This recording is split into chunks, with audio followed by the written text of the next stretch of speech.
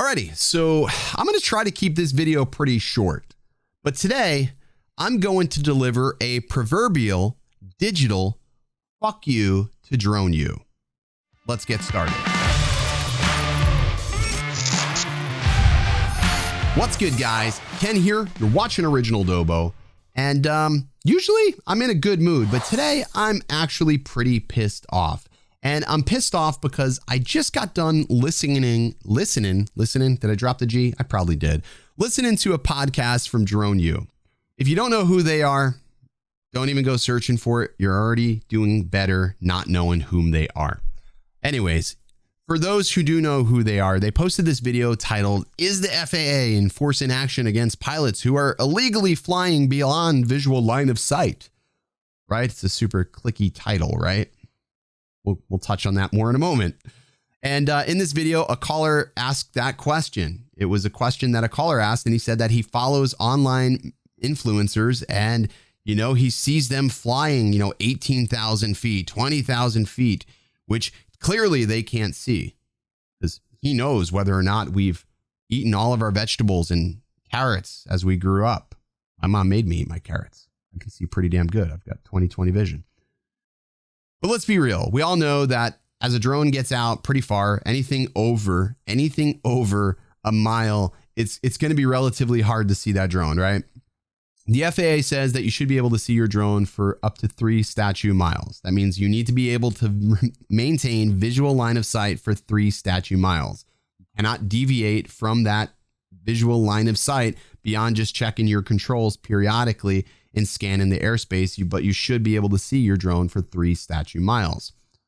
Now, the FAA, to the best of my knowledge, has not prosecuted or fined anybody specifically for a range test or labeled or listed it as, we'll call it, reckless flight. Now, the main reasons why they have not is because, one, definitively, they have to prove that person is behind the sticks. So if you're not filming yourself flying, they don't really know. Was it you? Wasn't you? They don't know. And they're not going to waste resources trying to determine that because, let's face it, they've got bigger fish to fry. Secondly, the FAA is about dropping knowledge. I know there's this stigma that they're the big bad wolf in the room, but for the most part, they will educate you before they fine you. They're not out to destroy you unless you completely screw up tremendously, like what we saw in Vegas when the dude landed the drone at the airport. That was pretty bad. That could have put lives at risk. For the most part, they won't do that. They're going to educate you and hope that you'll make better decisions going forward. With that being said, I don't think it's anyone's responsibility to police one another when it comes to drone flight. Paul, it is not your responsibility to police people for their flights. Nobody asked you. I'm going to start referring to you as the new Francis. Paul, your name is now Francis because that's what Francis does. Tries to police people.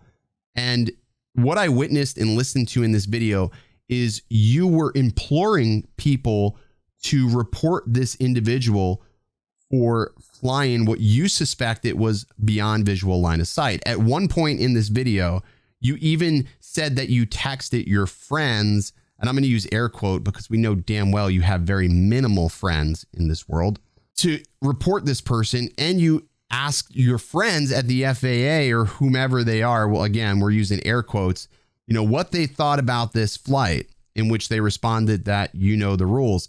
You even sunk his low to try to analyze the watch that he was wearing on his arms, which was a Apple Watch. It's an Apple Watch, Paul.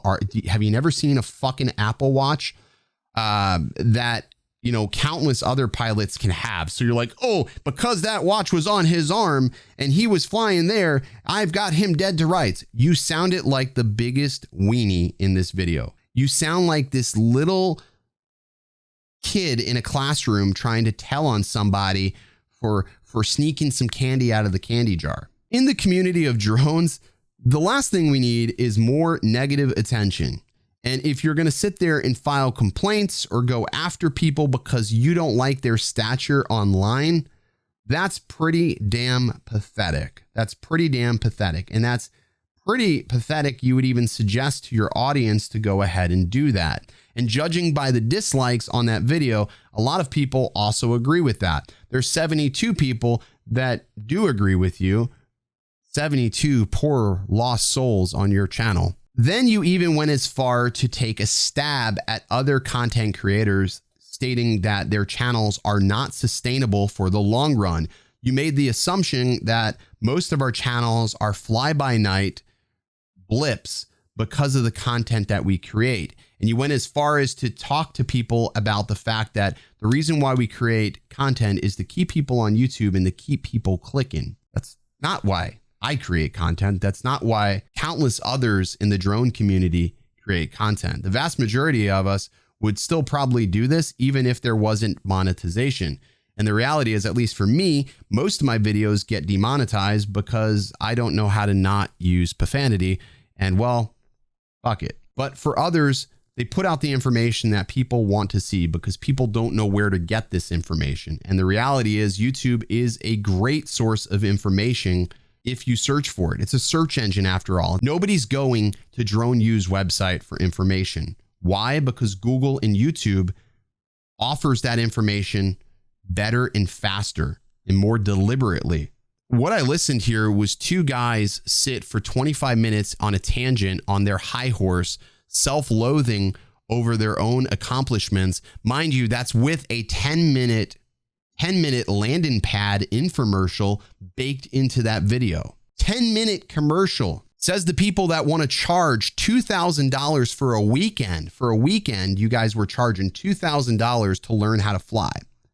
I'll offer this out to anybody. If you want to learn how to make money with your drone, you want to learn how to become a better pilot, and you're not having a fear or phobia over social distancing, and you are in the Tampa market, you're more than welcome to come out, shadow me on a job, and I will give you as much information as possible as I can for free. I do that for free. I will never, ever, ever, ever charge for videos or anything like this or training on how to utilize a drone ever. And I don't care if it's a huge miss on money or not. I won't do that because I think that's absolutely shitty. And the more pilots in the air, the stronger we are as a unified body than what this video suggests. This video is pilots turning on pilots because they don't like somebody. And by the way, his name is not Billy whatever.